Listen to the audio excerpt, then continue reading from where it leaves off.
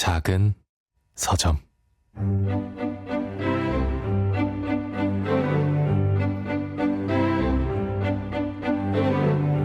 안녕하세요. 작은 서점에서 장강명의 인생책 코너를 맡고 있는 소설가 장강명입니다.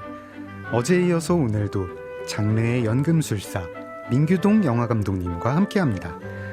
영화 여고괴담 두 번째 이야기를 시작으로 서양 골동 양과자점 앤티크, 내 안의 모든 것, 간신, 허스토리, 파과, 여러 색깔의 작품을 직접 쓰고 연출하고 또 제작까지 해오고 계신데요. 민규동 감독님 모시고 인생책과 더불어 깊이 있는 이야기 나눠보겠습니다.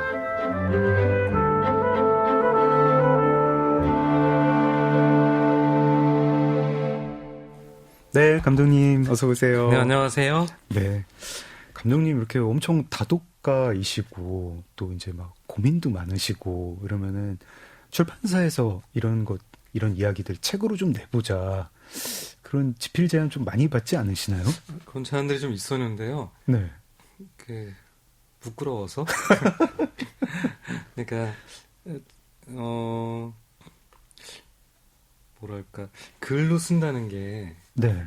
그러니까 아까 말씀드렸듯이 영화는 진짜 많은 사람들의 이렇게 협업의 결과이기 때문에 결과를 가지고 이제 감독이 뒤집어 쓰기도 하고, 네. 혹은 혼자 영광을 누리기도 하고, 네. 그런 맥락인데, 글은 정말 개인의 손끝에서 끝나고 네. 온전히 자신이라고 저는 생각하거든요. 네. 많이 걸러지고 이제 엄선된 어떤 조각들이지만 네. 나 자신을 정말 드러내야 되는데 거기에 대해서 두려움이 있나 봐요. 그래서 미뤘고 작은 글들은 그게 칼럼이든 네. 이렇게 써왔었는데, 지금은 이제 제가 파과를 만들고 이제 그게 이제 영화를 시작한 지 30년 만에 이제 만든 영화였는데, 뭔가 하나의 시즌이 끝나고 내가 새로운 방향으로 나아가는구나라는 느낌이 있었어요. 영화의 엔딩도 뭔가 새로운 길을 가는 네. 이제 사람의 맥락도 있었고, 그래서 글을 써보고 있어요.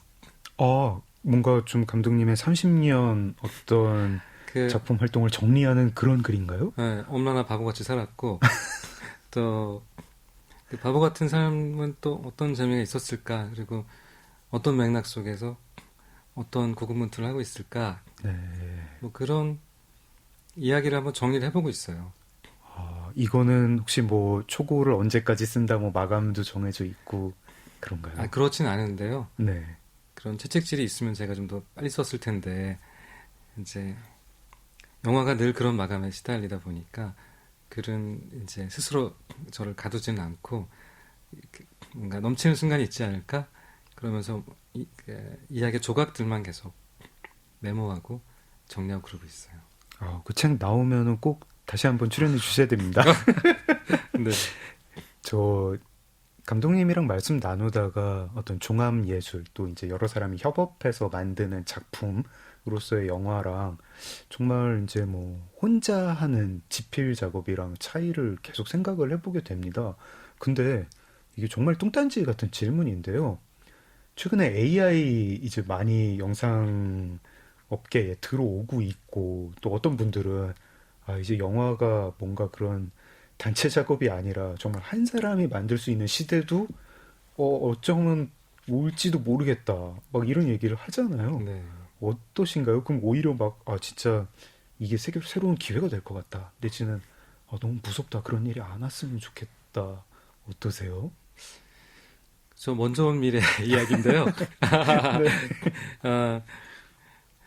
아마 영상이, 그러니까 우리가 코딩이 완전히 새로운 세계를 열었어요. 그러면은 내 삶과 그게 어떻게 연결되어 있는지 잘 모르는 사람이 많은데, 네. 이렇게 신기한 영상이 쉽게 만들어져요. 그러면 이게 관심을 네. 갖게 좀 쉽잖아요. 알파고도 사실 그런 현상 중에 하나였는데, 네. 바둑을 모르지만 제가 서울역에서 그 생중계를 보고 있을 때 바둑 중계를 생중계로 하는데 바둑을 전혀 못 듣고 같은 사람이 그 앞에서 어머머머 어떻게 인간 혼났나 봐 이러면서 공포에 떨고 있는 모습을 봤을 때, 네. 아마 영상이 그렇게 좀 더 그 빅테크들의 입장에서는 이 매 순간의 발전 속도와 AI에 대한 관심도를 끌어내는데 천병처럼 그렇죠. 좀 활용되는 좀 면이 있는 것 같고, 그리고 이것을 예찬하거나 또 이거의 네. 긍정적인 가능성을 보는 사람들 중에서 두 가지를 크게 계속 강조하는 경향이 있는 것 같아요. 하나는 포모고 네. 하나는 프리일로드라고 할 수 있는데, 하나는 이제 그러니까 나 혼자 여기서 뒤처지면 어떻게 하나 그쵸. 하는 두려움. 그러니까 지금 AI를 네. 공부하지 않으면 여러분이 이제 미래 사회 큰일 납니다. 네. 모든 게 AI로 대체될 것이고 준비하셔야 됩니다. 네. 그러니까 수강료를 내세요. 배우세요. 이런 맥락이 하나 있고, 네. 여러분 전문가들이 혹은 자기의 삶에 엄청난 시간을 들이고 그것을 자신의 특장점으로 갖기 위해 절차 탁마와 네. 각고의 노력 끝에 겨우 얻은 지위와 권위와 네. 노하우가 있을 텐데, 여러분 그거 금방 여러분 할 수 있어요. 네, 아무나 네. 가능하고요. 지름길 여러분 공짜로 올라탈 수 있어요. 네. 무임승차가 가능해요. 네. 이 두 가지의 톱니바퀴로 AI를 이제 소개하는 패턴이 좀 있는데, 그거는 참 뭐랄까, 옛날 이제 인터넷이 처음 시작됐을 때 정보 기능 검색사인가 뭐 그런 그런 거 있었죠. 있었어요. 네. 정보를 여러분이 이제 인터넷 없이는 여러분 이제 홈쇼핑도 그렇고 회사도 그렇고 큰일 납니다. 빨리 정보를 검색할 줄 아는 기능을 빨리 배우셔야 돼요. 취직도 잘 되고요. 막 그런 자격증 비즈니스가 있었어요. 네. 지금 생각해보면 이제 네모칸 안에 글자 넣는 사실 그 기능인데, 그러니까 실제로 맞는 말도 있고 그 안에는. 네. 근데 이제 그게 뭐 우리 실생활에 크게 관련이 되어 있지 않지만 끝없이 우리를 끌어들이는 어떤 이제 하나의 카피처럼 네. 있는 지점도 있는 것 같아요. 특히 영상 영역은 광고나 뮤직비디오나 이런 것들은 실제로 이렇게 짧은 영상들은 굉장히 이미 많이 활용하고 있고, 상당히 비즈니스라고 해야 될까요? 인더스트리가 네. 이미 많이 빠르게 적응해서 재편이 되고 있는 건 확실하고요. 광고에 밑에 써 있더라고요. AI 영상입니다. 이러면서. 근데 영화는 좀, 특히 긴 영화는 아직은 기술이 곧 나오겠지만 이렇게 일관성 있게 지금 우리가 영화라고 인지하고 있는 어떤 시각적 익숙함을 찾아낼 만큼의 기술은 아직은 좀 시간이 걸리는 것 같고, 짧은 네. 거는 가능하지만, 그리고 스타가 없기 때문에 우리는 이제 뭐 이야기도 보지만 매력적인, 네. 그러니까 우리가 막 반하고 싶은 어떤 스타들을 보러 가는 맥락들이 사실 있기 때문에 영화하고 똑같은 2시간짜리 영상이 나와도 그건 이제 무명 배우의 영상인 거죠, 말하자면. 그렇네요. 네. 그러니까 이건 또 다른 종류의 진화적 어떤 단계를 거칠 것 같아요. 그래서 많은 분들이 두려움에 떨고 있기도 하고 뒤늦게 다시 공부를 시작하기도 하는데, 영화는 태생적으로 AI랑 그렇게 다르지 않은 직업이에요. 왜냐하면은 감독은 히치콕이 자기가 비난받는 거에 있어서 나는 오케스트레이션을 지휘하는 사람이고 나보다 뛰어난 네. 많은 기술자들도 있지만 내가 지휘를 통해 감정의 관객을 조작하고 설계해내는 것, 그게 예술이 아니면 뭐냐 라고 얘기했던 것처럼 늘 집단지성을 이용해서 가짜 무대에 가짜 인물을 세우고 매트로 그린 그림을 계곡인 것처럼 표현하고, 네. 이제 나중에 CG가 등장했을 때도 마찬가지고 우리는 가짜를 진짜라고, 그러니까 리얼이 아니라 리얼리티라는 네. 개연성이 있는 이야기를 전달해주는 역할을 했기 때문에 크게 다르지 않은 일을 하는 맥락이 있는 거예요, 사실은. 수백 명의 인간 에이전트를 활용해서 가상현실을 만들어 보여준다는 점에서는 AI 에이전트로 뭔가 가상현실을 만드는 거하고 매우 작업이 흡사하네요. 비슷한 거죠. 네. 그리고 이제 처음엔 흑백이었다가 무성이었다가 유성이 됐다가 네. 칼라가 나올 때 이제 흑백 끝났다라고, 저런 천박한 칼라 영화를 어떻게 우리가 트냐라고. 배우의 목소리를 듣는 거는 정말 노이즈다. 네. 그래서 유성을 거절하고, 사실 그런 과정을 거쳐서 디지털 시대가 나올 때 저런 화질을 어떻게 영화를 보냐라고 얘기했을 때 이제 캠코더나 휴대폰으로 누구나 영화를 찍는 시대가 옵니다. 정통 영화 시대는 끝났습니다라고 영화의 위기를 다시 얘기했었고, 그러니까 영화가 위기가 아닌 적이 없었어요. 진화의 맥락에서 보면은 네. 저 캄브리아 백악기 뭐 이게 네. 다 거쳐 이 거대한 이런 진화의 맥락에서 보면은 요만큼 130년 됐거든요. 네. 그러니까 시작도 하기 전에 지금 멸종을 얘기하는 단계인데, 히치콕이 그런 얘기를 했었어요. 그러니까 영화가 죽는 건 인간이 더 이상 공포를 느끼지 않는 순간. 무슨 뜻이죠? 본인이 서스펜스의 거장이라서 그런 얘기를 한 건가요? 그러니까 아주 보편적인 감정, 이제 공포와 질투와 그 진화 심리학적 맥락에서 우리가 신석기 시대에 여전히 살고 있고 그 메커니즘으로 살고 있다라고. 그러니까 그 본능이 여전히 그렇게 살아있는데 기술이 아무리 발전해도 변하지 않는 우리의 감정의 영역, 본능의 영역이 있기 때문에. 근데 더 이상 공포를 느끼지 않고, 그러니까 공포라는 건 상상력으로 보여주지 네. 않아서 못 보기 때문에 이해할 수 없는 영역에 대한 우리의 감정적 반응인데, 그런 걸 더 이상 느끼지 않는 시대가 오면 영화가 죽는 것이지만 그 전까지 영화는 굳건할 것이다. 살아있다. 네. 그게 이미 히치콕이 던졌던 얘기예요. 왜냐하면 그때 똑같은 질문을 히치콕도 받았어요. TV가 나와서 집에서 그렇군요. 영화 내용을 다 보여주는데 네. 영화는 죽은 거 아니에요? 그랬을 때 영화는 죽었죠. 하지만 내 영화를 보고 놀라나요, 사람들은? 그렇다면 아직 죽은 건 아니에요. 네. 그런 맥락처럼 AI도 마찬가지로 뭐 방법에서는 CG나 카메라나 옛날에는 움직일 수 없는 거대한 카메라로 네. 내가 고다르가 들고 다니는 이제 카메라를 시작해서 지금 휴대폰으로 영화를 찍을 수 있는 시대인데, 네. 휴대폰으로 찍은 영화를 우리가 아주 극장에서 잘 안 보잖아요. 그렇죠. 그러니까 어떤 종류의 자기 양식들을 계속 뭐 변모해 나가겠지만, 근데 이야기는 살아남을 것 같고, 네. 네. 그게 뭐 무엇으로 만들어졌는지와 상관없이 이야기를 갈구하는 인간의 이 원시적인 뭐 혹은 여전히 진화 과정 중에 있는 인간의 맥락 속에 과학기술이 결부됐다는 이유가 영화가 복잡하게 좀 더 첨예한 이제 걱정과 논쟁 속에 있는데, 뭐 저는 이 위기라는 지점은 영화에게는 늘 훌륭한 서사였어요. 그렇군요. 전쟁이 터지면서 누가 그 와중에 영화를 보러 가라는 맥락이 있지만, 그 전쟁은 막 엄청난 새로운 서사를, 문학도 마찬가지지만요. 네. 그런 것처럼 지금 AI가 던져주는 많은 질문들은 다시 이게 서사로 녹아나서 우리의 무의식을 다시 파고드는 새로운 이야기가 되겠구나 이런 생각이 있죠. 30년 내공이 정말 듣다가 이렇게 머리가 이렇게 좀 트이는 그런가요? 그런 기분입니다. 먼저 온 미래를 읽었더니 작은 서점 장강명의 인생책 분위기 아주 좋게 민기동 감독님과 이야기 나누고 있습니다. 오늘 2부에서는 감독님의 인생책 프리모 레비의 이것이 인간인가를 좀 집중적으로 이야기를 나눠보겠습니다. 책 좀 소개 좀 부탁드릴게요. 네, 이것이 인간인가는 제가 그 허스토리한 영화를 네. 준비할 때 10년 전부터 이제 제가 위안부 이야기들을 여러 양식으로 준비했었는데, 네. 저는 그 영화를 홀로코스트 영화라고 제가 이름을 짓고 영화를 준비했었기 때문에, 네. 단순히 이제 우리나라 사람이 역사적 비극 속에서 겪은 이야기가 아니라 인류 사회에서 네. 전쟁의 영역 때 늘 끊임없이 반복되어 왔던 네.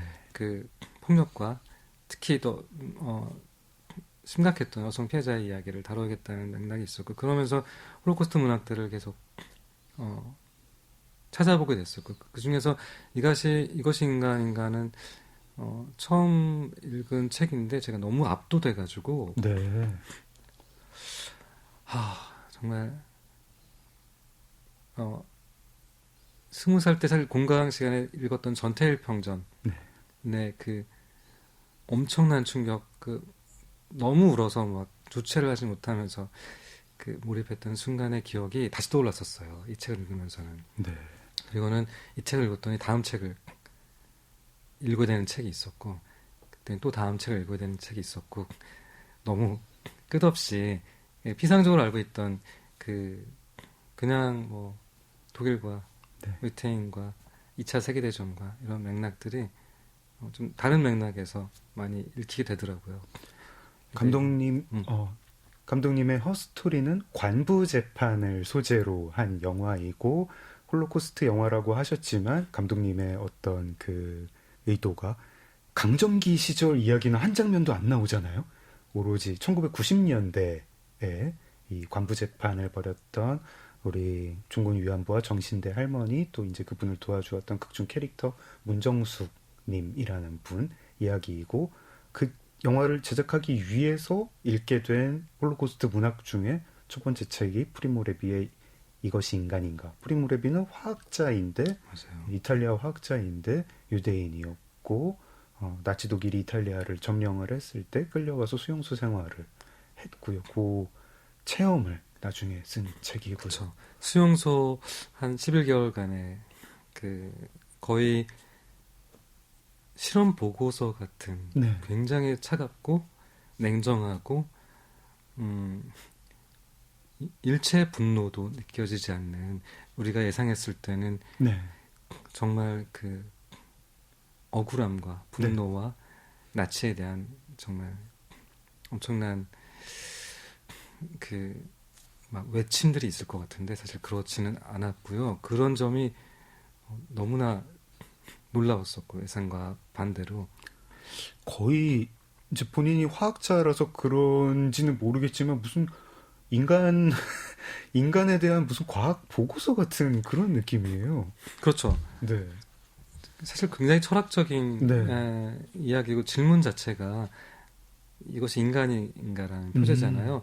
읽기 전에는 이렇게까지 잔인한 행동을 할 수 있는 독일 그래 그 군부 세력들 그러니까 저 사람 진짜 네가 인간이야? 예를 들어 그런 인간인가 우리 질문을 쓸 때 네. 이것이 인간인가라는 질문의 맥락이라고 쉽게 이해할 수 있는데 사실 책을 보면은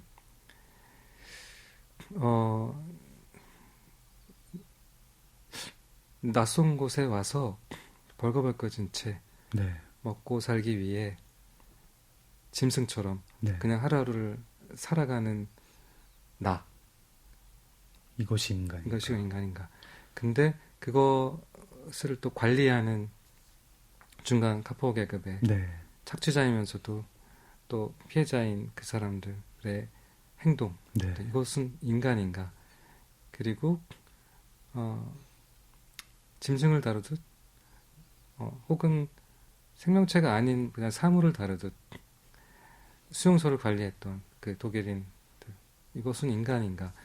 사실 이것이 인간이라면 그렇다면 인간이 아닌 건 무엇인가? 네. 이 질문을 던져주는 맥락이고 그 서문에서조차 이제 이것은 그냥 그 실험 보고서라고 네. 정확히 그 이야기를 소개하기 때문에 그 지점이 예술적인 꼭 정말 문학적인 제가 홀로코스트 문학이라고 얘기했는데요. 네. 사실 수기고 에세이고 기록문이라고도 볼 수 있는데 그 예술적 압도가 저의 첫 인상이었던 것 같아요.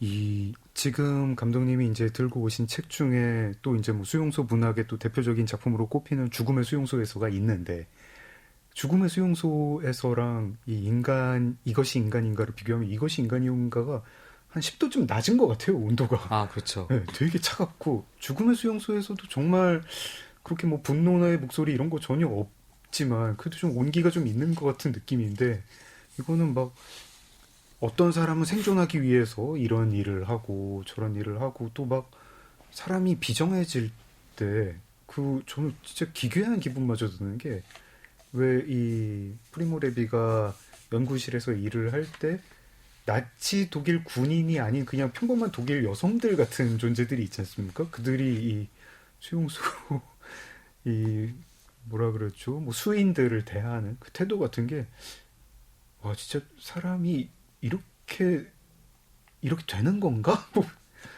신기하다고 말하기도 참 이상한 보면 안 될 심연을 본 것 같은. 맞죠. 네. 그러니까 자신의 글이 프로파간다여서는 안 된다라는 생각이 명징했던 것 같고요. 네.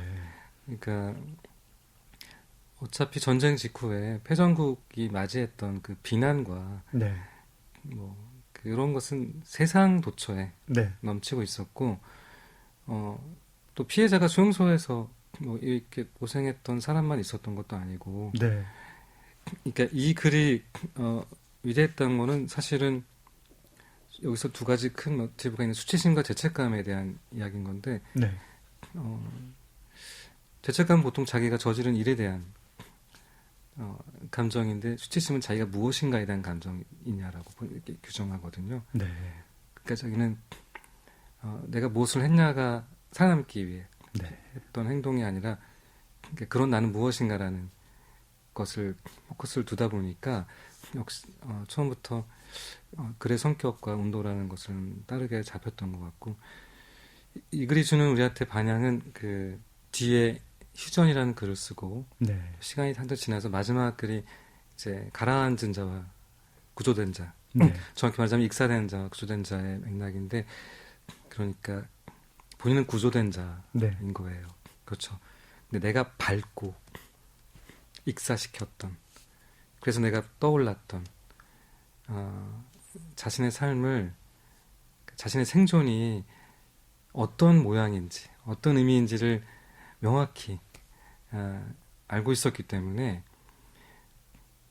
내가 글을 쓴다면, 내가 기억을 덧는다면, 그런 일이 다시 반복되지 않기 위해 내가 이 기억을 다시 되살린다면 그 글은 어떤 글이어야 되는 건가, 이 지점이 정말 남다르게 표현됐던 것 같아요. 빅터 프랭클이나 그 누구죠? 엘리 위젤, 이 노벨 네. 문학상을 탔던 이 나이트라는 책도 보면은, 저는 그 책은 그냥 안내 일기 같은 따뜻하고 네. 착하고,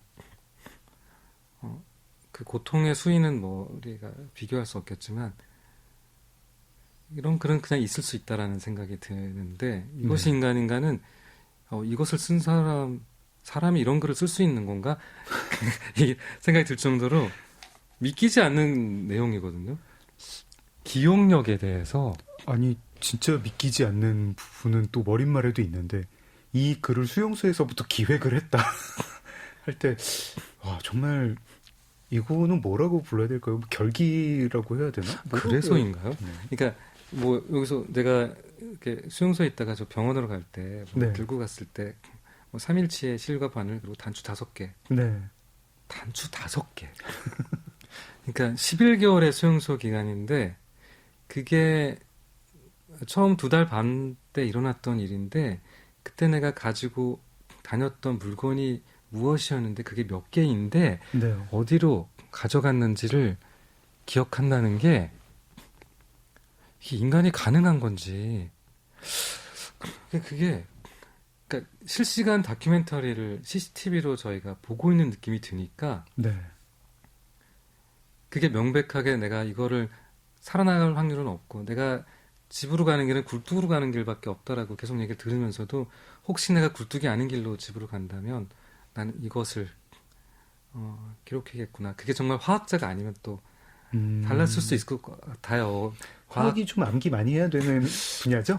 과학자가 아니라면은 뭐 예를 들어 장강명 같은 기자이면서 작가라면 어떤 이미지로, 심상으로, 혹은 이야기로 그것들이 계속 DNA에 뭔가 새겨지는 형식이었을 텐데, 이 사람은 그냥 실험 리포트를 가감없이 네. 기록하는 방식으로, 도대체 그거를 메모지가 그 정말 거기서 종이를 어떻게 하고 펜을 어떻게 구하는지까지도 미스터리인데, 네. 근데 그런 지점에서 우리를 압도한다고 할까요? 네. 기록의 의미가 있었다라고 인정할 수밖에 없는 그런 지점이 있어요. 저는 이런 생각도 해봤어요. 제가 만약에 그런 상황에서 뭘 쓴다고 해도 제가 쓸 내용은 아마 나는 반드시 살아서 복수할 것이다. 뭐 지지 말자. 뭐 이런 걸 썼을 것 같거든요. 근데 프리모 레비는 그런 게 아니라 이걸 내가 증언을 해야 된다. 이런 생각을 이제 희망이 없는 상태에서도 했었고, 나중에도 홀로코스트 문학, 증언 문학이라고 불리고 증언의 의무, 이런 문구랑 늘 프리모 레비가 이렇게 따라다니더라고요. 증언의 의무, 이렇게 그냥 들을 때는 그냥 그런가 보다 했는데 저도 감독님처럼 읽다가 이게 사람이 가능한 일인가 싶기도 하고 증언의 의무는 뭔가? 뭐 이런 생각도 좀 들었습니다. 네. 자기 스스로 지운 의무 같았어요. 저는 네. 누가 고발해야 된다, 기록해야 된다라고 누구도 시키지 않았는데 기억하지 않는 건 정말 최악, 인간이 선택할 수 있는 최악의 것이다라고 본인 스스로 믿었던 것 같고, 어쩌면 뭐 이 사람의 인생의 끝 지점과도 연결되어 있는 거기도 한데요. 증언하지 않고는 견딜 수 없는 그런 사람이 되어버린 건지도 모른다, 이런 생각이 들었어요. 네. 왜냐하면 그 11개월 동안이라고 생각하면 생각보다 짧은 시간 수용소에 있었던 것 같고, 우리 시대를 생각하면은, 네. 그리고 위안부 피해자를 생각하면은 긴 시간이 아니었던 생각이 드는데, 그 전쟁이 끝나고 집으로 돌아오는 오디세이를 다시 생각하면은 거기 또 시간이 사실 또 한참 걸리는데요. 네. 그리고 돌아와서 이제 직장 생활을 하면서 그 글을 쓰기 시작하는데, 그러니까 기억의 탈색이 상당히 진행된 네. 이후인데도 완전히 새겨진 거죠. 도저히 잊을 수 없도록. 그런데 두 번째 그 글인 휴전이라는, 이거를 읽지 않으면 이 책이 완성이 안 돼요. 아, 그렇습니까? 저는 네. 휴전 못 읽었습니다. 아, 그렇군요. 어떤 책인가요, 이게 휴전은? 그 11개월 끝에 이제 소련군이 거기를 폴란드를 다시 점령해가지고 그 수용소에서 이제 집에 가 이렇게 풀어주잖아요. 네. 근데 알아서 가는 거예요. 알아서 가야죠. 네. 폴란드에서 이태리까지 네. 급행열차가 있지 않았고 기차를 타고 걸어가고 이렇게 살아남으면서도 거기까지 가는 긴 여정이 있는데, 새로운 사람들을 또 끝없이 만나고 천신만고 끝에 집에 돌아오는 이야기예요. 정말로 오디세이 그대로. 그런데 이 책이 거의 저 책을 쓰고 14년인가 지나서 책을 써요. 아, 그렇군요. 네. 그런데 저번 달에 돌아온 것 같아요, 지금. 그러니까 아니 이게 그때 만든 사람들 이름, 음식 하나 진짜 믿을 수가 없어요. 그러니까 이것은 어떻게 가능했냐 하면은 진짜로 잊히지 않은 거예요. 저는 그렇게 생각할 수가 없었어요. 그래서 그 다음에도 결국 소설도 많이 쓰고, 네. 단순히 뭐 이렇게 에세이나 저널이 아니다, 다른 문학적 승화도 있었고, 철학적 종합으로 이제 결국 익사된 자와 구조된 자를 결국 쓰는데, 네. 그때는 또 그 홀로코스트 부정론이 좀 유럽에서 퍼질 때도 있었어요. 네. 저건 지어낸 것이기도 네. 하고 거짓 증언들이라는, 그래서 그 좌절감도 좀 있었고, 휴전을 읽어야 되는 거는 프레모레비의 사실 엔딩이 자살이잖아요. 그렇죠. 네. 많은 사람을 당혹스럽게 했죠. 네. 그걸 견디고 그 극단의 고통을 견디고 자살을 하게 되고, 그 이유를 우리는 질문할 수밖에 없는데, 네. 휴전의 그 마지막 문장의 섬뜩함은 제일 두려워하는 게 이제 잠에서 깨는 건데, 잠에서 깼더니 다시 수용소에 있는 이게 모든 게 꿈이었다라고 생각이 들까봐, 네. 그게 너무 무서운 문장이더라고요. 그러니까 살아남고도 평생을 혹시나 이게 꿈일까봐 벌벌 네. 떨어야 됐던, 그 사실은 한 번도 수용소 밖을 나간 적이 없었고, 이 나이트를 써서 노벨문학상을 받은 이 엘리 위젤 작가도 그렇게 표현했죠. 이제 프리모 레비는 아우슈비츠에서 40년 후에 죽었다. 네, 거길 벗어나지 못했다라고 표현을 한 거죠. 그러니까 거기서 있는 아이러니는, 이게 수용소에서는 오늘 하루 살아남을 수 있을까? 모든 감각이 거기에 첨예하게 집중되니까 네. 너무너무 죽고 싶은데 자살은 일어나지도 않고, 자살은 생각해 본 적도 없다는 거예요. 네. 저기 앞에 그 철조망에 전기가 흐르고 있기 때문에 툭 몸을 던지면 고통이 끝나요. 그런 생각이 떠오르지 않아요. 왜냐하면 프레모랩이 이렇게 얘기한 거예요. 자살은 정말로 심오한 철학적 사유의 결과물이다. 근데 수용소에서는 사유가 불가능하다. 네. 짐승이 되어 그 매 순간 거기에 부물늘은 네 빵을 먹어라. 그리고 네 옆에 사람 빵도 먹어라. 네. 그 규칙을 지켜야 되는데 자살은 너무 사치스러운 거였던 거예요. 그러니까 자살과 떨어진 삶을 이제 살고 나와서 마지막 선택은 그러니까 내가 그 수용소에서 탈출하는 길은 자살밖에 없다라고 결국 철학적 사유의 결과물로 스스로 선택한 게 자살이라는 게 그게 너무 안타깝고 무서운 사실 결말이기도 하죠. 프리모레비의 자살을 두고 저는 좀 이렇게 뭐 다른 분들이 이제 해석하는 것도 있고 결국 거기서 못 태어나온 것인가 뭐 이렇게 말씀하시는 분들 많았는데 감독님 말씀 듣고 나니까 모르죠. 사실 뭐 네. 자 분분한 해석이 있고 자살 자체도 미스터리고 네. 이제 자살이 아닐 수도 있는 거고 사실 여러 사실 정황들이 있는데 네. 제가 해석하자면은 제가 이 책을 읽고는 그런 저는 결론을 내렸던 것 같아요. 이제 꿈에서 깼을 때 평화로운 어떤 순간을 찾는 게 아니었을까. 이제 그런 생각이 들었었어요. 그런 생각을 하면 좀 희망이 사라지는 것 같아가지고 무섭지 않습니까? 어떤 너무 큰 고통이나 너무 큰 절망을 겪은 사람은 거기서 벗어날 수 없다 이런 생각을 하면은 되게 막 용기가 꺾이는 것 같고요. 그러니까 이 사람은 그 정말로 특이하게도 네.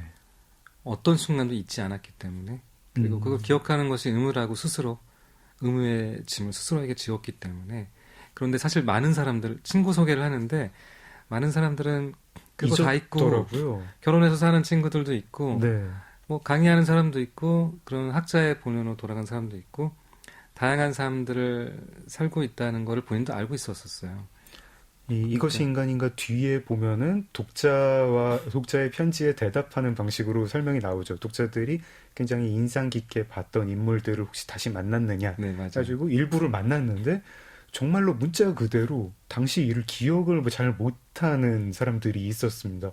그때 굉장히 고생했다는 것까지는 알지만 무슨 일이 있었는지는 기억이 안 난다. 아마 어떤 방어의 심리였던 것 같은데 그 방어 기제가 작동을 해서 정말로 망각을 한 것 같은데 기억하고 증언하는 사람은 좀 되게 무서운 짐을 지는 거네요. 그렇죠. 이제 이런 큰 상처가 아니더라도 작은 상처도 우리가 스스로를 보호하기 위해서 그렇죠. 저 장기 기억 저 구석으로 넣어버리고 네. 퇴행을 통해서 네.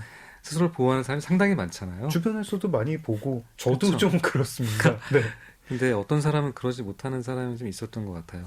제가 허스토리 만들면서도 이제 사실 이 책이 저한테 시사를 많이 했던 거는 네. 그 위안부 피해자를 우리가 너무너무 가슴 아파하지만 네. 한 글자의 기록도 없어요.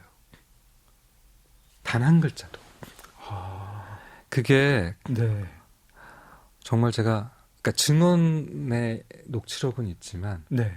기록된 문자가 하나도 없다는 게 물론 많은 사람이 문맹이었고 여성들이 교육을 못 받았던 시절이기도 하고 이제 당사자가 이제 좀 기록을 할 만한 뭐 환경도 아니기도 했고 그 역량도 조금 없기도 또 했고 여성이기도 해서 그 자기 자신을 그 피해자라고 이제 드러내는 순간 한국 사회는 특히 더 네. 가혹하게 네. 피해자를 감싸주지 않았던 시대적 이제 한계와 모순 뭐 이런 부조리도 있기도 했지만 네.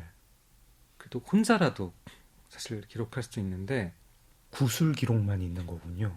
그것도 구술이 92년도 3년도 사실 김학순 할머니가 얘기를 한 이후에야 구술이 시작됐기 때문에 4, 50년 지나서 시작됐기 때문에 증언이 정말 프레모레비 같은 엄청난 기억력의 소유자가 아닌 다음에야 인상적인 상처 위주로 기록될 수밖에 없었고 그 틈을 파고드는 맥락이 그때 지명 네. 기억하냐 그러면 끌려다니면서 내가 어디에 있었는지 네. 며칠 있었는지 그러니까 증언의 진정성을 파고드는 상대방 재판의 공방 속에서는 굉장히 무력할 수밖에 없잖아요. 사실 이제 굉장히 개인적으로 부끄러운데 저는 관부 재판이라는 그 사건도 하우스토리 보기 전에는 몰랐어요. 그렇죠. 아마 저 같은 분도 꽤 계실 것 같은데 이 관부라는 거는 시모노세키하고 부산을 말하는 것이고 원래 이제 관부 연락선이라는 그 이제 관부라고 이렇게 묶어가지고 배가 왔다 갔다 했는데 그래서 위안부 배상 일본 정부의 위안부 문제를 따지는 재판이 시모노스케와 부산을 왔다 갔다 하면서 열려서 관부 재판인 거고 맞아요. 그때 이제 일본 측 그러니까 일본 이게 그러니까 일본 정부 측 변호사라고 해야 되는 건가요? 아니면 검사 측이라고 해야 되는 건가요? 아무튼 일본 정부를 대행한 검사 측이죠. 검사 네, 측. 네, 네, 네. 검사 측이 주로 따져 묻는 게 그 증언이 거짓이거나 아니면 거짓이 아니라도 상당 부분 왜곡된 기억일 것이다. 혹은 오염됐다. 그래서 뭐 극중에서는 중간에 이제 뭐 어떤 굉장히 드라마틱한 이 일본 검찰 측 어떤 공격도 있었고요. 이게 밝혀지는 방식도 굉장히 인상 깊었는데 네. 그러니까 너무나 대칭이었다는 게 너무 더 슬펐고요. 그렇군요. 네, 우리는 기록이 없다는 것이 사실은 얼마나 쉽게 잊히기도 하고 네, 상처를 얼마나 더 이중적으로 더 피해자들 힘들게 하는 것인지에 대한 그러니까 안타까움이 좀 있었고 네, 근데 사실은 본인 화학반에 사실 들어갈 때 나 화학 전공자고 수석 졸업이고 저 공부 잘했고 막 어필해가지고 그 뽑히잖아요. 수용소에서 이제 그 화학반을 운영을 해서 수인들 중에서 누구 뭐 이렇게 이제 뽑아가지고 조금 일꾼으로 더 부리려고 먹을 하는데 게 있고 네, 조금 더 덜 가혹한 환경에 있고 네, 하는 지점에서 그 보면 상당한 지식인들이 많고 네, 물불 안 가리고 빨치산 운동을 했던 사람으로서 잡혀갔기 때문에 이제 역사관 철학관들이 또 남다른 사람들이기도 하고 네, 근데 이제 우리나라의 피해자들은 조금 더 이제 민초들 네, 가난하고 네, 속아서 사실 다양한 방식의 이제 그런 피해의 맥락 속에서 증언을 해야겠다거나 기록을 해야겠다거나 기록의 방법을 네, 기록의 언어를 갖추지 못한 사람이 대부분이었기 때문에 이것은 홀로코스터라는 큰 이제 인류의 전쟁사의 하나의 어떤 각인된 자기 이름을 가졌는데 우리는 여전히 그런 사건 자체를 부정당하고 네, 이제 살아계신 분이 몇 명 안 남았잖아요. 이제 사라지고 나면은 이제 실질적인 증언의 맥락들은 사라지고 네, 역사의 뒤안길에 예를 들어 몽골이 우리나라를 침략하고 고려시대 때 상당히 긴 기간 130년인가 엄청난 사실 말하자면 그 식민 지배를 네, 당했던 시절인데 지금 잘 기억이 안 나잖아요. 그쵸. 기록도 없고 네. 그런 것처럼 잊힐까봐 좀 그런 걱정이 들었던 것 같아요. 이제 프리모 레비가 겪은 유대인 수용소와 우리 할머니들이 겪은 그 중군 위안부나 정신되는 그 뭐 저희가 이제 끔찍한 홀로코스트라는 점에서는 공통점이 있지만 그 당사자들 거기 갔던 이제 레비와 할머니들은 참 다르군요. 프리모 레비는 원래도 엘리트였고 게다가 정치적으로 각성까지 해서 빨치산 운동까지 벌이는 엘리트였는데 유대인으로 차별을 받고 대학에서 차별을 받고 그랬는데 그리고 이 11개월의 그 수감 생활이 끝나자마자 다시 엘리트의 자리로 복귀를 했고 그 본인의 증언이라는 게 어떻게 보면은 그 위안부 할머니들이 겪은 일하고는 좀 다른 거잖아요. 다르죠. 네, 물론 수치심이 드는 일이고 죄책감이 들고 증언을 하는데 용기가 필요하지만 그 위안부 할머니가 발휘해야 하는 용기하고는 또 다른 완전 다른 맥락이죠. 완전히 다른 맥락이죠. 그러니까 근데 전쟁터에 끌려가서 총알바지가 된 혹은 노동 착취를 당한 네. 사람도 있었고 성착취를 당한 사람도 있었고 저희 역사 속에서 이 피해자의 카테고리는 사실 여러 네. 다양한 맥락이 있잖아요. 사실 겹치는 부분은 사실 노동착취의 영역과 그다음에 그 인종적인 혹은 민족적인 차별 속에서 네. 일종의 절멸 네. 방식으로 전쟁의 피해자들의 맥락이 겹쳐지는 부분도 좀 있고 그래서 어떤 자세와 시선으로 그 이야기를 다뤄야 되는가에 대한 영감을 많이 받았던 뭐 그런 책이었던 것 같아요. 감독님이 허스토리 이제 만들어야겠다고 결심하실 때에도 뭔가 좀 고민이 많았고 용기도 필요했을 테고요. 또 제가 기사 검색해 보니까 준비 기간이 상당히 길었다고요. 그리고 뭐 원래 3부작으로 만들려고 한 것 중에 3부에 해당하는 게 허스토리라고 들었어요. 뭐 이제 뭐 이게 상업적으로 성공할 리 없다 이런 말씀을 들어가지고 오기도 생겼다는 그런 이야기도 얼핏 읽은 것 같습니다. 네. 조금 당시 고민했던 것들 좀 네. 들어보고 호스토리는 사실 싶습니다. 좀 저예산 영화이기도 하고 뭐 예술 영화로서 지원받아서 만들어진 지점도 있고 그런 작은 영화인데 그 작품은 이제 최초의 기획으로부터는 한참 지나서 거의 마지막에 이렇게 도착한 예측 못했던 저도 몰랐던 관부 재판에 이렇게 모르는 재판이 있다는 것이 하나의 이야기로서 오히려 출발점이 됐던 건데 네. 시작은 1940년대 사이판에 끌려갔던 네. 한 어린 소녀 거기서 두 명의 엄마를 만나서 네. 엄마 사실상의 언니들이지만 나에게 이제 내 삶을 어떻게 살아야 되는지 혹은 나를 키워준 엄마 같은 극단적으로 또 다른 사람이 있었고 어쨌든 생존에 돌아와서 네. 그리고 나이가 들어서 세상의 마지막 한 명의 위안부가 남고 그 한 명이 죽는 시점에 나도 있다라고 얘기하는 그런 큰 이야기를 썼었고요. 그게 굉장히 긴 시간대를 다루는 그런 작품이 네네네. 됐겠네요. 그게 트리트먼트가 100페이지가 넘으니까 A4로 100페이지 그런 소설은 A4 100페이지면은 단행본 한 권 딱 분량입니다. 아, 그런가요? 네, 장편 소설 한 권 분량. 아 그렇군요. 네. 그런 이제 큰 이야기를 구상했었고 그게 뭐 스필버그는 태양의 제국을 만들어서 네. 2차 세계대전 때 그 소년의 네. 시점으로 뭐 중국에 살던 그쵸. 영국 소년이 일본군 네. 점령 그런 이야기를 다루기도 하는 하고 뭐 거죠. 사실 2차 세계대전의 면면은 뭐 수없이 많은 영화로 만들어졌잖아요. 홀로코스트도 연극, 시, 글, 영화 이런 다 포함하면 10만 편이 넘는다고 하더라고요. 그렇습니까? 네. 근데 이제 우리는 너무 없으니까 네.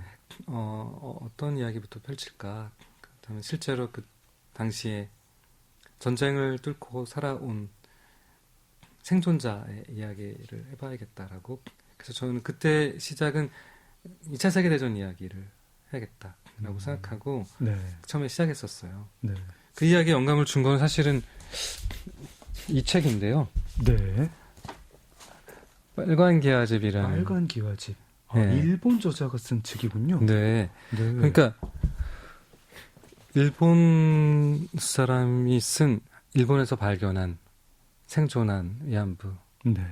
할머니를 만나고 세상에 라면서 그분의 흔적을 찾아서 그분의 생존 기록과 그분의 전쟁 속에서 너무나 이것이 인간인가에 맞먹는 사실은 너무나 훌륭한 책이고요. 아니 근데 포스트잇이 모든 페이지에 포스트잇을 붙이셨나요? 붙이고 나니까 이게 의미가 있나? 붙이는 게 이게 메모할 게 너무 많아가지고 이렇게 붙이면 진짜 붙이는 의미가 없는 것 같습니다. 처음에는 이렇게 붙을 줄 모르고 네. 그래서 그냥 뭐 이제 우리나라 사람이 피해를 입었어. 너무 억울해. 나쁜 나라. 그러니까 민족주의로 접근하면은 강한 민족이 살아남고 약한 민족을 짓밟고 그런데 내가 강해지면 다시 복수할래, 다시 밟을래. 뭐 이런 해법밖에 없는데 네. 그러니까 2차 세계대전으로 다시 제가 접근하니까 전쟁 피해자는 나라의 경계가 없고 네. 그다음에 당사자 국 안에서도 남성들에 의한 여성폭력은 똑같이 있고 전쟁 피해자 이야기로 접근을 해야 전쟁은 다신 벌어지면 안 된다. 네, 그런 맥락으로 나오는군요. 그러니까 제가 말씀드렸듯이 뭐 이제 겨우 증언을 했지만 네. 이제 프레모 레비는 이 증언을 하고 굉장히 환영받고 물론 그 책이 이제 제대로 사람들에게 환영을 받는데 그것도 거기도 10년이 넘게 걸렸지만 처음에 출판사를 좀 잘못 잡았던 것 같아요. 그런가요? 네. 근데 우리는 이제 증언하자마자 막 온갖 네. 사실 욕설과 사실 이제 삶이 망가지고 가족이 붕괴되고 그런 장면들도 허스토리를 통해서 알게 됐는데 네. 이렇게 좀 무섭기도 하고 뭐 부끄럽기도 네. 하고 막 제가 지금 뭐 이렇게 묘사를 하는 게 맞나 모르겠는데 하여튼 그러니까 사실 우리나라라는 그런 뭐 민족이나 국가의 경계로 나누는 순간 동시에 가해자이기 때문에 우리가 네. 그런 지점에서 진짜 어떤 사람의 행적을 정말 너무나 섬세하게 역사의 한 순간으로 우리를 데려가줬던 책들은 어떻게 영화를 만들어야 되는가에 대한 많은 비전들을 제시해줬던 것 같아요. 네. 요 얘기만 한 두세 시간을 들어도 지금 가져오신 책도 뭐 여러 권이고 들을 수 있을 것 같은데 잠깐 노래 들으면서 숨 좀 고르고 가겠습니다. 네네. 어떤 노래 들을까요? 이게 프레모레가 아우슈비츠에서 들었을 것 같은 네. 그 독특한 독일어 군가인데 연합군도 아주 같이 들었던 독특한 노래가 있어요. 네. 마를레네 디트리의 릴리 마를렌이라는 곡인데요. 네. 어떤 노래일까? 모두가 같이 불렀다는 노래가 어떤 노래일까? 네. 궁금해요. 들어보세요. 마를레네 디트리의 릴리 마를렌 듣겠습니다. 마를레네 디트리의 릴리 마를렌 들었습니다. 작은 서점 장강명의 인생책 민규동 감독님과 이야기 나누고 있습니다. 감독님이 제가 이것이 인간인가 뒷부분에 어떤 부분이 굉장히 인상적인 게 있었는데요. 이제 독일군이 물러나고 약간 이제 수용소가 공백 상태가 됐을 때 이질 환자들이 있죠. 이질 환자들이 있고 그들이 이제 자기를 도와달라고 막 애걸복걸합니다. 할 때 프리모 레비가 그 중에 한 명을 도와줬더니 이후의 결과가 사람들이 다 하루 종일 프리모 레비를 찾아요. 이게 이제 허스토리에서도 문정숙 배우가 중간에 재판은 안 풀리고 계속 이제 시간은 지나고 뭐 사업도 타격을 받고 뭐 이 할머니들을 처음에 좋은 뜻으로 도왔는데 무슨 수렁에 빠져드는 것 같은 기분이 들잖아요. 그러면서 왜 이 일에 발을 들여놨는지 모르겠다 이런 투에 이제 자주 섞인 얘기를 하는데 저희가 뭐 좀 알량하더라도 좀 약간의 정의감이 있긴 있는데 이거 내가 얽히는 순간에 진짜 수렁에 빠져들 것 같다. 이런 것 때문에 그 두려움이 커가지고 뭔가 용기를 발휘를 못하게 됩니다. 어지간하면 좀 분연히 참게 됩니다. 어떠신가요? 뭐 어떤 생각이세요? 저도 뭐 어떻게 해야 되지? 진화 심리학적 관점으로 네. 볼까요? 사실 이제 독일군들이 소련군에게 쫓겨서 네. 건강한 사람들은 다 데리고 행군을 해요. 네. 엄청난 사람들이 죽어요. 오히려 행군 때 사망하는 사람이 그렇게 많았다고. 네, 대부분 많은 사람들이 죽는데 그러니까 특히 프레모 레비는 행운이었던 게 네. 정말 11개월 내내 병에 한 번도 안 걸렸는데 그때 성홍열을 알아요. 딱 그 시점에 네, 병실에 들어가게 돼요. 네. 근데 폭격으로 막 이제 천정은 날아가고 네.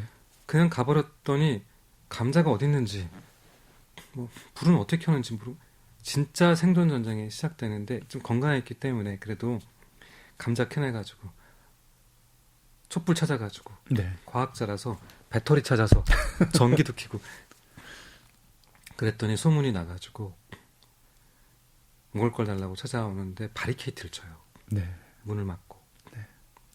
그리고 이질 환자들의 변이 묻은 이불이나 옷이나 바로 병에 걸리면 사실 바로 죽는 거라 네. 철저히 막는 상황이 발생하죠. 네. 전염병이니까 네. 전염력이 워낙 높은 병이니까 어쩔 수 없죠. 내가 글을 쓴다면 숨기고 싶은 정말 순간인데, 네. 그리고 그 옆에 있던 환자는 내가 숨겨놓은 빵이 있는데 내 빵을 먹어. 그리고 죽어요. 네. 그 빵을 나눠서 먹어요.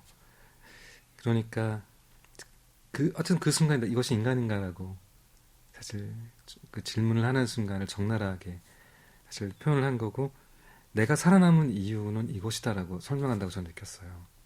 그러니까 뭐냐면은 더 나은 사람들, 착한 사람들 네.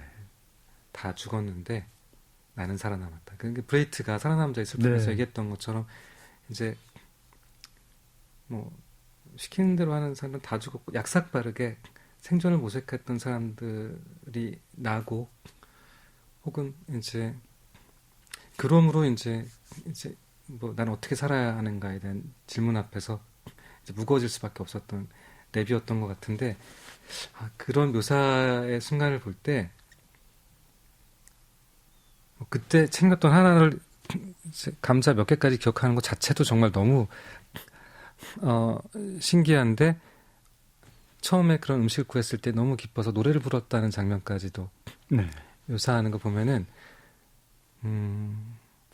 우리가 상상 가능한 피해자의 일반적인 전형 모습조차도 그것이 얼마나 우리가 잘못된 선입견인지 편견인지, 그리고 거기에는 회색지대라는 개념이죠. 선도 없고 악도 없고, 모두가 악일 수 있고 모두가 선일 수도 있고, 그런 개념 자체가 없어지는 어떤 그 짐승의 세계, 그 순간에 우린 있었다라고 묘사되는 지점이, 그러니까 진야심리학적으로 보자면 남을 죽이고 내가 생존해서 내 유전자를 잘 캐리어로서 번식에 성공시키면 성공인 거니까 그 행동이 정당한 거다, 뭐 당연한 거다, 자연 선택이다, 이제 이렇게 얘기할 수 있는 지점도 있는데,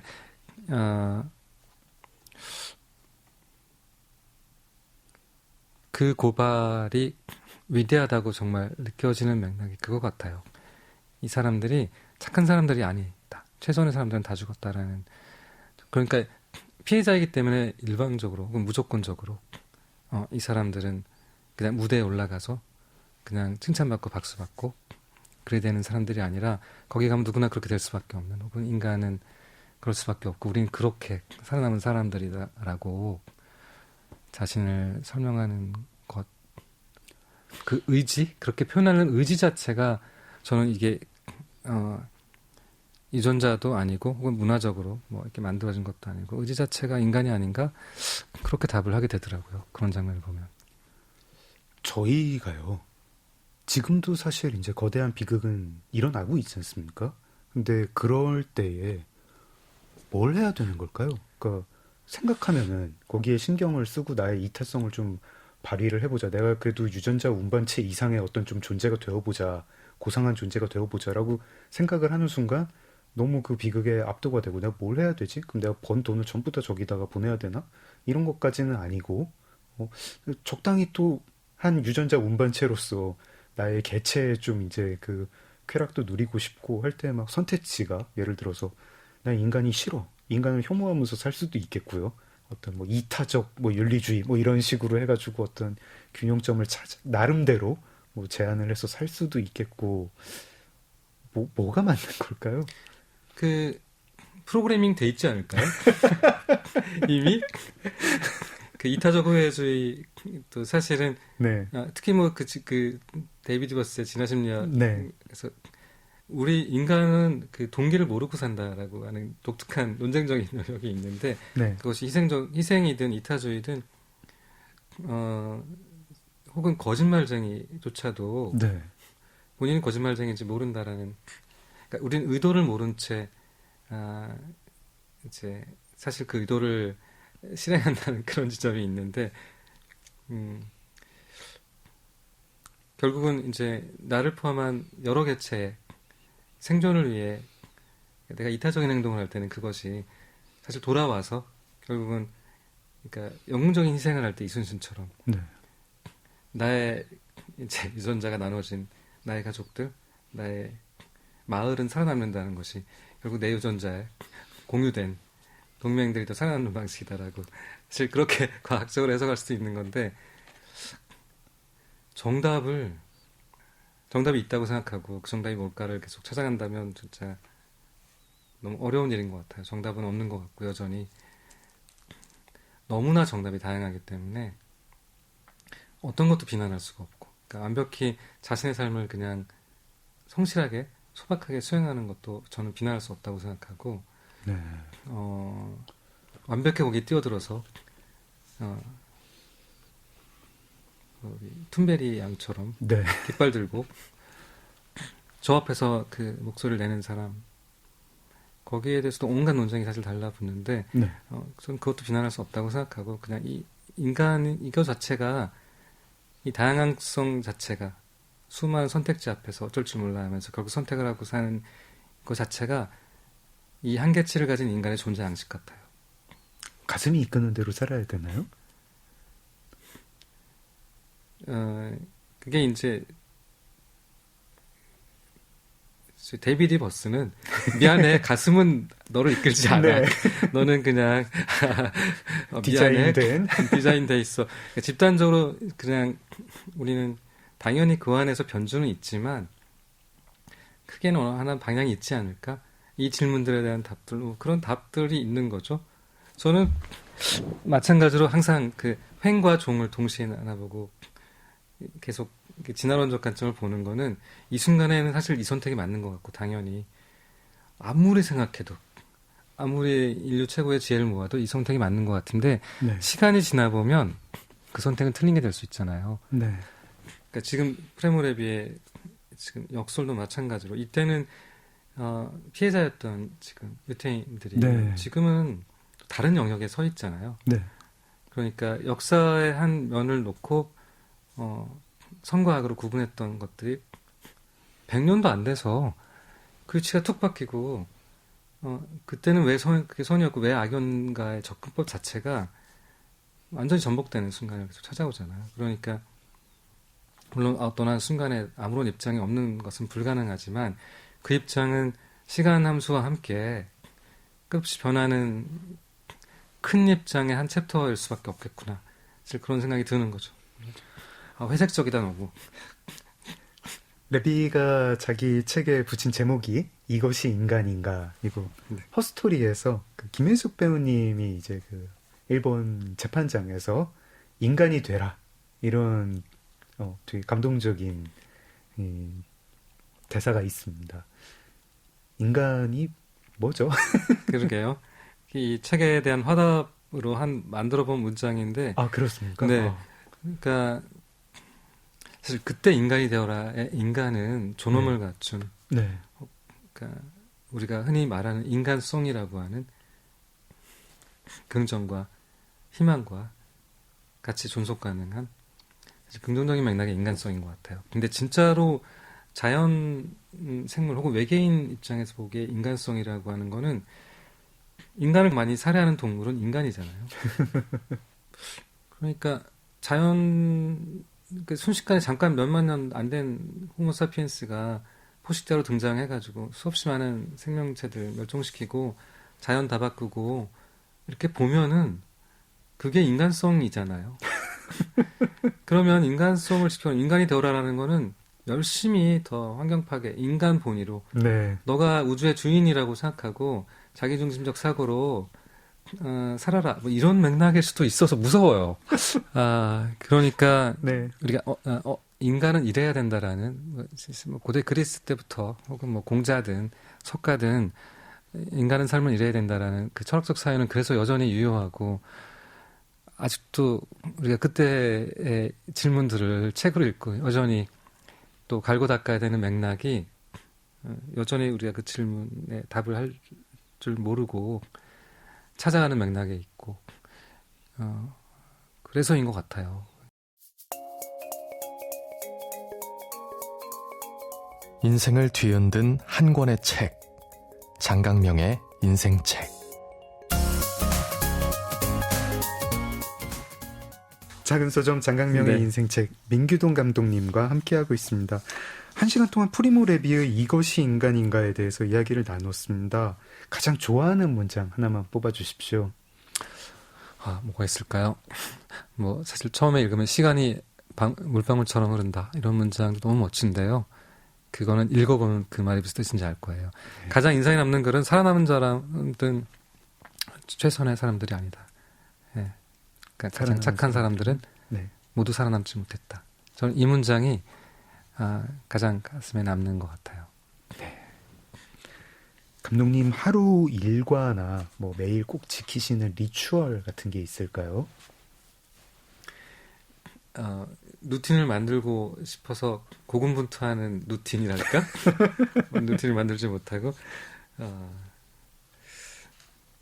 지금은 그 자전거를 타요. 시간 정해놓고 타십니까? 네, 그래서 책을 들으면서 어느 순간 그 루틴이 좀 즐거워요. 그리고 사실 요즘 또 새로 이제 좀 작년부터 한 루틴은 새벽에 일어나서 제가 단편 소설을 써요.